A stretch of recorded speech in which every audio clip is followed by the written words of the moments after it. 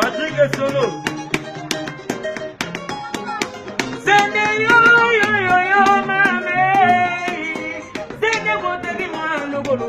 Mwabolo kalisumi. Ya mutani na farima nzambe.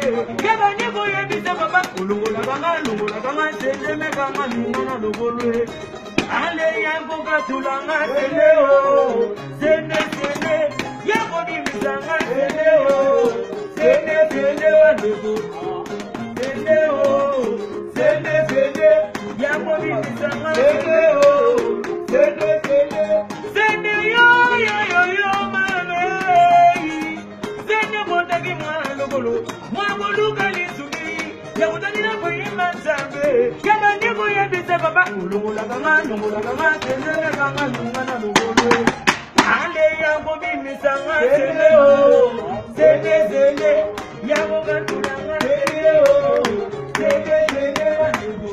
Awase bana Londre.